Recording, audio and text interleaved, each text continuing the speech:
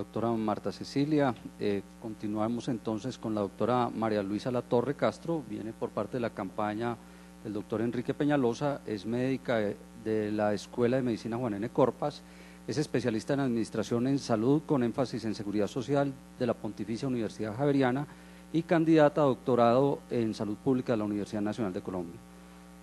Ha trabajado en el Departamento Administrativo de Planeación Distrital, en la Fundación Santa Fe, en Naciones Unidas, con el PNUD y en la Universidad de los Andes. Doctora María Luisa. Gracias, Juan Gonzalo. Muchas gracias a ustedes por haberme invitado al programa Si Vamos en Salud, a María Elena, y para mí es un placer estar esta mañana compartiendo algunas ideas de lo que se ha propuesto en la campaña del doctor Peñalosa. Esto es un trabajo, una construcción que hemos hecho un equipo técnico.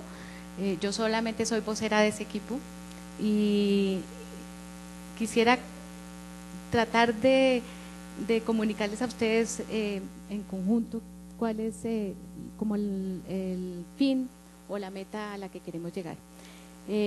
Partimos de unas prioridades en salud, que sería prevención de la enfermedad y promoción de la salud como centro del modelo de salud, salud en todas las políticas, romper la brecha de inequidad, servicios de salud 5 estrellas en el campo y barrios desatendidos de las ciudades, atención de calidad y a tiempo, gestión técnica y cero corrupción del sector salud y la salud como derecho fundamental en la práctica.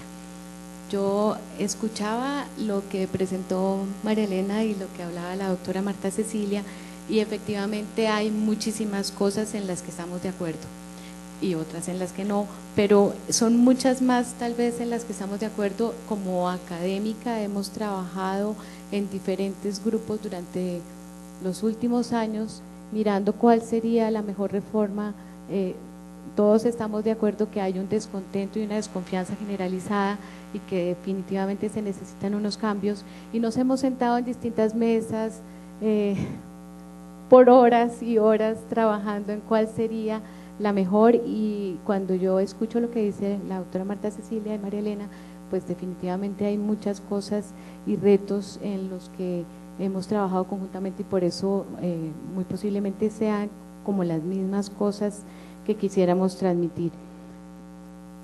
Trabajando en el equipo sobre la respuesta a las preguntas, a las 10 preguntas que nos mandó el programa Si Vamos en Salud, yo miraba cómo de alguna forma las respuestas se articulan entre sí, no son ni siquiera cosas aisladas. Por ejemplo, la primera pregunta que nos hacían sobre el modelo de atención propuesto, y luego en salud pública hablaba sobre el modelo de atención primaria en salud, como de alguna forma la respuesta es prácticamente la misma, como lo que vemos en cuanto al modelo es un modelo que no es realmente un solo modelo, sino una combinación de una cantidad de actores y de normas, etcétera, etcétera, y que definitivamente pensar en un modelo futuro, todos estamos de acuerdo en la atención primaria en salud, en que esa sería el ideal para un país, para cualquier país, pero especialmente para Colombia, porque yo desde Así Vamos en Salud y desde muchos ámbitos en los que he estado, es siempre reconocido las diferencias gigantescas entre departamentos y municipios, y cómo lograr disminuir esa brecha y mejorar la salud para todos a través de un modelo como el de atención primaria en salud, que definitivamente lleva a la disminución de inequidades. Entonces, si uno mira desde la atención primaria en salud y los prerequisitos para la salud, como la salud en todas las políticas, garantizar entornos y hábitats saludables, estilos de vida saludable, movilización, salud para la calidad de vida y reorientar los servicios de salud, énfasis en medicina familiar, uno se da cuenta que finalmente es lo mismo que estamos hablando todos, que no hay posibilidad de tener una atención primaria en salud si no se arranca de unas políticas saludables o de la salud en todas las políticas, de garantizar entornos y hábitats saludables y estilos de vida saludables. Y fíjense cómo es de interesante que una cosa es pensar en garantizar estilos de vida saludable para la población y la movilización salud por la calidad de vida, como de alguna forma es desde donde se mire, o buscamos que las personas tengan estilos de vida saludable, pero no podemos dejar de crear espacios saludables para que la gente tenga una vida mucho más saludable, de mejor calidad. En esta construcción,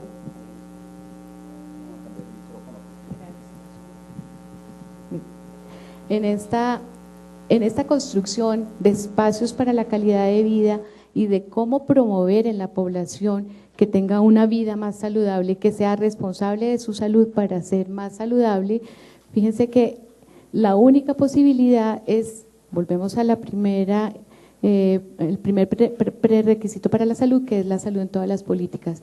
Se necesita que haya una política de educación, de cultura, de espacio público, de vías, de hacienda, de absolutamente todos comprometidos con la salud. Y creo que esa es como la gran cosa que quiero transmitirles, que si hay una gerencia, un presidente comprometido con la salud en todas las políticas, en un mejor desarrollo, en un Ministerio de Desarrollo Campesino, en estar fortaleciendo el Ministerio de Educación, en todo lo que tiene que ver promover un mayor desarrollo y mejor nivel de vida para todas las personas, eso definitivamente se traducirá en una mejor salud para todos los colombianos. Ese creo que es la parte más importante y sobre la que tenemos que concentrarnos. En el tema de APS, como les comentaba, yo miraba y prácticamente todas las preguntas tienen que ver, cuando mirábamos la parte de paz y posconflicto, por ejemplo, mirábamos ejemplos de países centroamericanos como Guatemala y El Salvador, donde precisamente personas desmovilizadas han sido promotores de salud. Entonces, ¿cómo logramos articular absolutamente todas las cosas para el fin y la meta que tenemos y que queremos todos, que es un mejor estado de salud para los colombianos? En cuanto a la parte de rectoría y control social, pues yo creo que para nadie es difícil creerme que yo apoyo totalmente y nosotros todos apoyamos unas iniciativas como Así Vamos en Salud y las ciudades como Vamos y la rendición pública de cuentas, buscando siempre elevar el lenguaje de la rendición pública de cuentas a lo que realmente es importante, que son los resultados en salud de la población.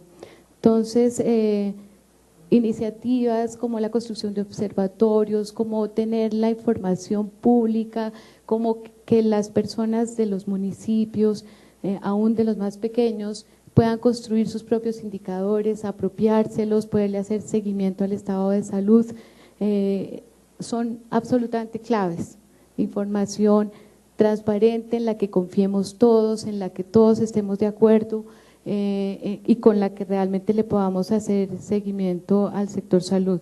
En cuanto a inversión, pues no cabe duda que si bien se ha hecho una inversión grande en el tema del aseguramiento y se ha logrado una cobertura prácticamente universal, de todas maneras hay un déficit en la inversión que se ha hecho en la construcción de centros de salud, en la construcción y dotación de estos centros, sobre todo en los sitios más apartados. Este es un país pues con unas diferencias gigantescas, tenemos un 72% de monopolio público para la atención en salud en los municipios del país y estamos hablando pues cerca de 800 municipios del país en el que hay monopolio público para la atención de urgencias y partos, por ejemplo.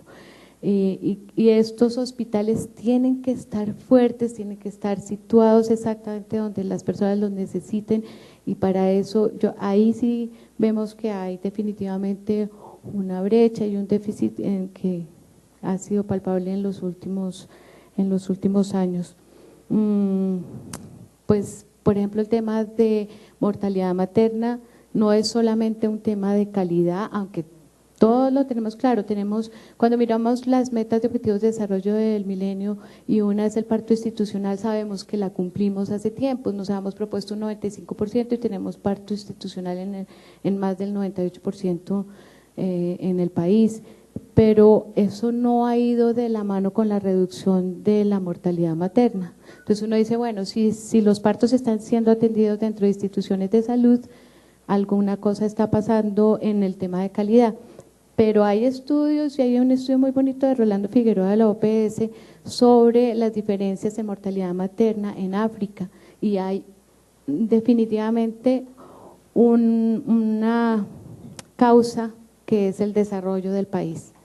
Entre más desarrollado un país, disminuye la mortalidad materna, y esta es una de las razones por las cuales Colombia no va a cumplir la meta en este meta de objetivos de desarrollo del milenio, y el mundo también tiene una deuda grande en el tema de mortalidad materna, porque va de acuerdo con el desarrollo del país.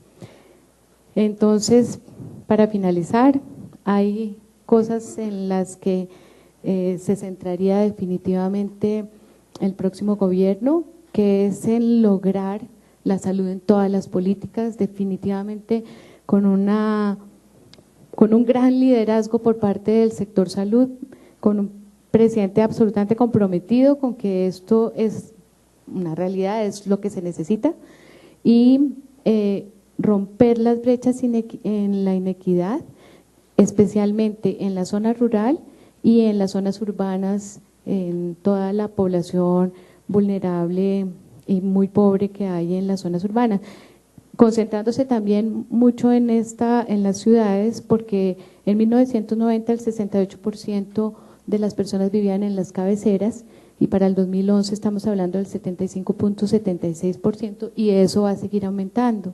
La población, no solo aquí en Colombia, en todo el mundo, que vive en las ciudades, que viven en zonas urbanas, va a seguir aumentando. Entonces hay que concentrarse en cómo mejorar la calidad de vida y el desarrollo de las grandes ciudades y de las pequeñas ciudades, de manera que esto disminuya las brechas de inequidad y así lograr lo que todos queremos, que es poder, ese sueño que está plantado en la ley, como lo decía la doctora Marta Cecilia, de tener atención primaria en salud, que sea una realidad, no seguir discutiendo en conceptos y patinando en cuál sería el mejor modelo, sino porque puede que haya varios, que haya uno para las grandes ciudades y otro en las zonas rurales y otro en la Orinoquía y otro en la Amazonía, pero es concentrarnos ya en cuál es el modelo de atención primaria en salud que requiere cada sitio del país e implementarlo y lograr que eso sea una realidad. Muchas gracias.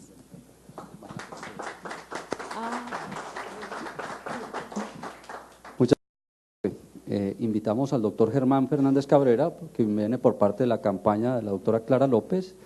Es médico y cirujano de la Universidad del Rosario y ha realizado diversos diplomados en varias áreas del conocimiento. Aquí insiste en que él no permitió la aprobación de la reforma a la ley a la salud que el Gobierno Nacional radicó en el Congreso en el 2013. Ha defendido por una buena cantidad de años, por más de 40 años, los derechos a la salud en Colombia. Perteneció a la Federación Médica Colombiana y al Colegio Médico de Bogotá y Cundinamarca, donde ha ejercido como miembro de la Junta Directiva en múltiples periodos.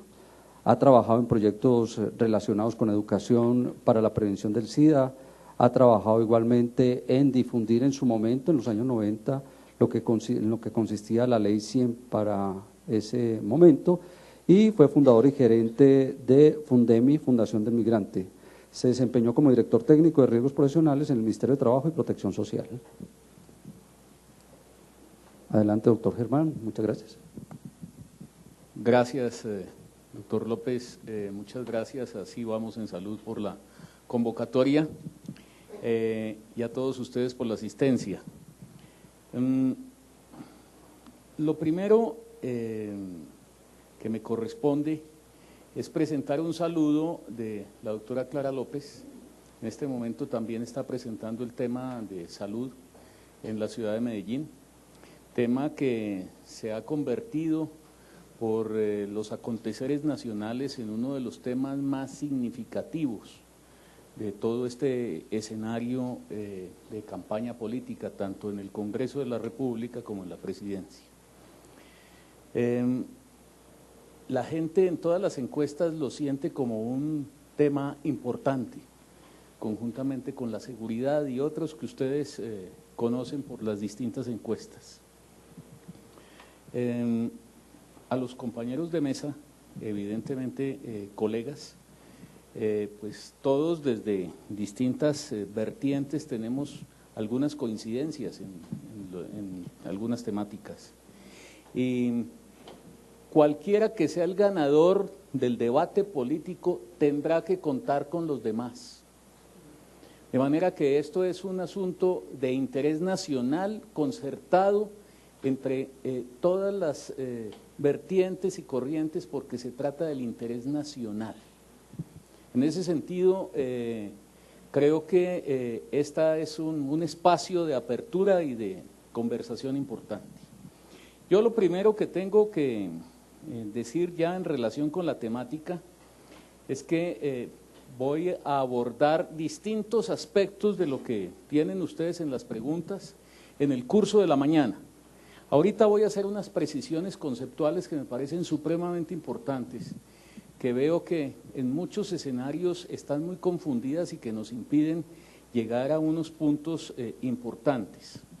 Yo voy a tratar algunos temas. El primero de ellos tiene que ver con el tema constitucional y jurídico de la seguridad social y de la salud, entendiendo que la salud ya es un derecho fundamental, independientemente de que de los pronunciamientos de la Corte Constitucional sobre la ley estatutaria, ya las distintas sentencias establecen como cosa juzgada que ya estamos enfrentando un derecho humano fundamental dentro del paquete general de constitucionalidad.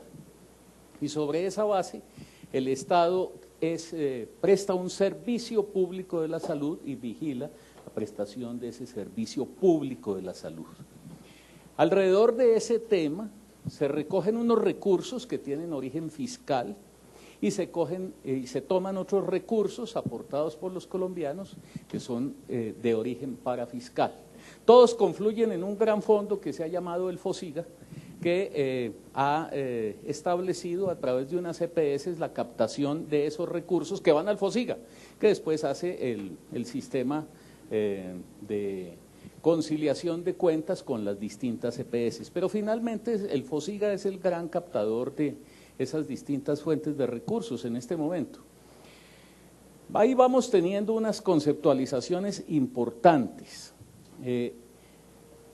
Todos esos recursos que tienen destinación específica por la Constitución y por la ley no se pueden desviar para gastos que no tengan la destinación que la Constitución establece.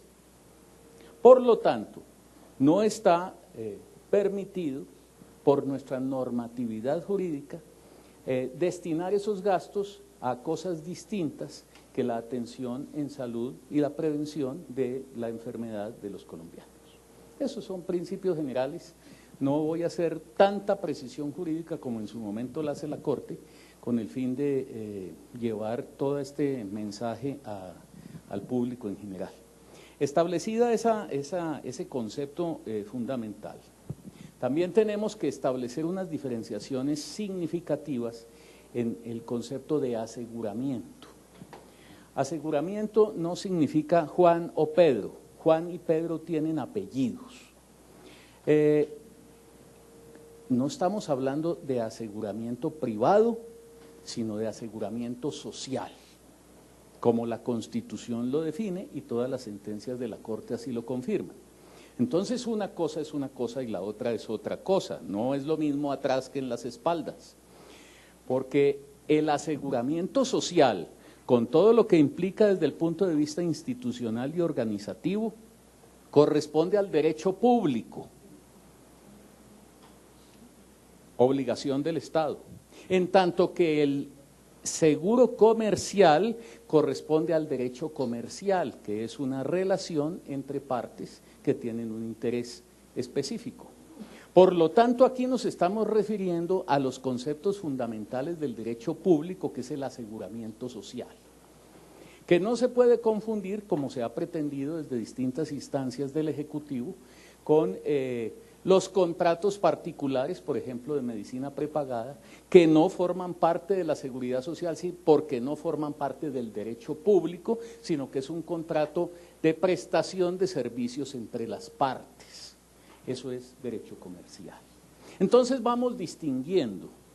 ¿Qué hacen las EPS? Las EPS surgen como instituciones de creación jurídica por la Ley 100, se crean esas instituciones que, como su nombre lo indica, son entidades promotoras de salud. La razón social de las EPS no las definía como aseguradoras, porque el concepto de aseguramiento es distinto en el sentido del derecho comercial. Si fueran aseguradoras, se les hubieran establecido las reglas fundamentales que tienen el aseguramiento en el mundo, porque en el desarrollo capitalista ha habido una sabiduría financiera y se establecen una serie de condicionantes para que operen las aseguradoras en todo el mundo. Esto surge del derecho inglés del aseguramiento, y se le establecen a las compañías aseguradoras una serie de requisitos y fundamentos, como por ejemplo las reservas técnicas para todas las funciones de cubrimiento que deben tener. Entonces las EPS no surgieron como aseguradoras. Con el curso del tiempo fueron introduciendo una serie de normativas por ahí, por los lados, por los resquicios, para darles la categoría de aseguradoras y poder administrar los recursos públicos de la salud como si fueran recursos particulares del aseguramiento privado. Entonces, ¿qué tenemos hoy día? Hoy día tenemos unas, llamémoslas, aseguradoras atípicas, que manejan un recurso público que tiene origen fiscal y parafiscal, pero todo ese conjunto de recursos es un recurso con destinación específica constitucional y lo manejan como un recurso particular privado.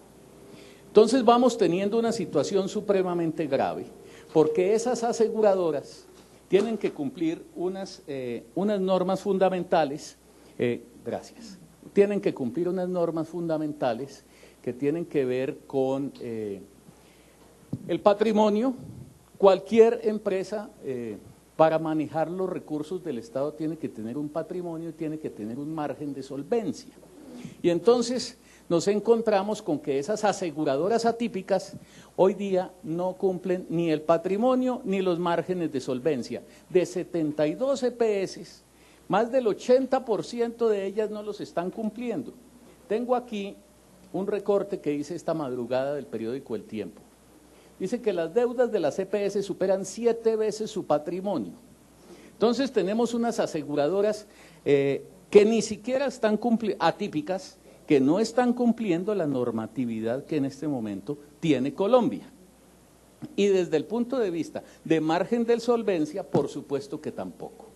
Sin embargo, esto es un proceso que no es de hoy, esto se publica hoy, pero es un proceso acumulativo que viene desde la época en que mi colega, el doctor Cuervo, era viceministro de Salud. Y se vino acumulando y se vino generando el proceso y fue acumulándose. Esto no es una novedad, esto lo hemos dicho en todos los escenarios, en los twitters y en todo lo que publicamos.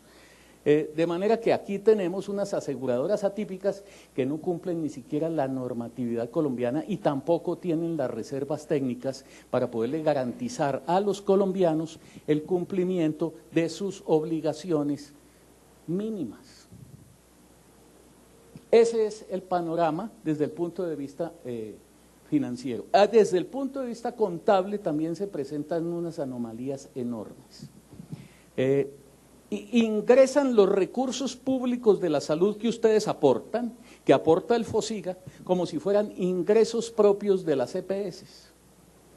Cuando resulta que deben manejarse es como ingresos de terceros, porque están manejando un recurso público con destinación específica, que es distinto a cómo se manejan las compañías de seguros cuando usted paga el seguro del carro o el seguro de su casa. Eso entra al ingreso propio de la aseguradora Rucutú Limitada. Aquí ya me dicen 5 minutos, pero tenemos el resto de la mañana para seguir con estos temas. De manera que, haciendo esas claridades, y para no extenderme mucho, aquí tenemos una anomalía de registro técnico y contable, que además se consolidó en el año 2011 a través de una resolución de la Superintendencia Nacional de Salud, cuyo número ahorita no me acuerdo, pero que tengo en este documento que se le presentó a la Corte Constitucional la semana pasada, en donde, por el arte del birli-birloque, entonces se define que los recursos públicos que son nuestros pasan a ser parte del ingreso propio de las aseguradoras a través de sus activos corrientes. Sorpresa, como la mayoría de los profesionales que manejan los temas de salud no manejan contabilidad, no entienden estos temas, entonces, eso pasó por ahí. Entonces vamos teniendo una serie de anomalías sustanciales, conceptuales y desde el punto de vista de manejo financiero y contable. Entonces, lo que tenemos en este momento de la administración de nuestros recursos públicos son unas instituciones que no están respondiendo a la normatividad vigente. Sucede una cosa muy curiosa. En nuestra campaña nosotros estamos defendiendo el Estado Social de Derecho, defendemos que se cumpla la Constitución y la ley, que se cumplan los principios fundamentales de la contabilidad, y entonces somos de izquierda. Yo pensaría que al de estar defendiendo lo que estamos defendiendo somos más conservadores que la doctora Marta, pues por supuesto, pero resulta que como estamos defendiendo esto, somos de izquierda. Porque lo que se quiere finalmente es la privatización de la enorme cantidad de los recursos públicos que los colombianos aportamos o por la vía fiscal o por la vía parafiscal para la salud de los colombianos, que es el fondo preciso de la reforma que pretende el ingeniero Gaviria. Yo le digo el ingeniero Gaviria no por nada distinto, a mí me dicen el médico Fernández, yo me siento feliz porque es mi profesión. De manera que el ingeniero Gaviria lo que pretende fundamentalmente es la privatización de los recursos públicos de la salud a través de un mecanismo fiduciario de un banco de segundo piso que se llama Salud Mía, en donde los recursos públicos entran a las cuentas de las gestoras, ya no EPS, sino como cuentas ya propias, con lo que evitan la vigilancia de la Contraloría General de la República y de las veedurías ciudadanas. Aquí me dicen que me queda 1 minuto ya la paleta, pero estas precisiones me parecen muy importantes para que después entremos a definir, porque estamos hablando de seguridad social. Después vamos a hablar del modelo de salud y vamos a hablar de otras cosas para no confundir la gimnasia con la magnesia, porque una cosa es la seguridad social y otra cosa son los servicios de salud que se financian con los recursos de la seguridad social. Pero generalmente en las discusiones siempre se mezclan, se confunden, y esas son precisiones que yo debo hacer desde el punto de vista pedagógico para que tengamos claridad conceptual. Muchas gracias, después seguimos con el resto.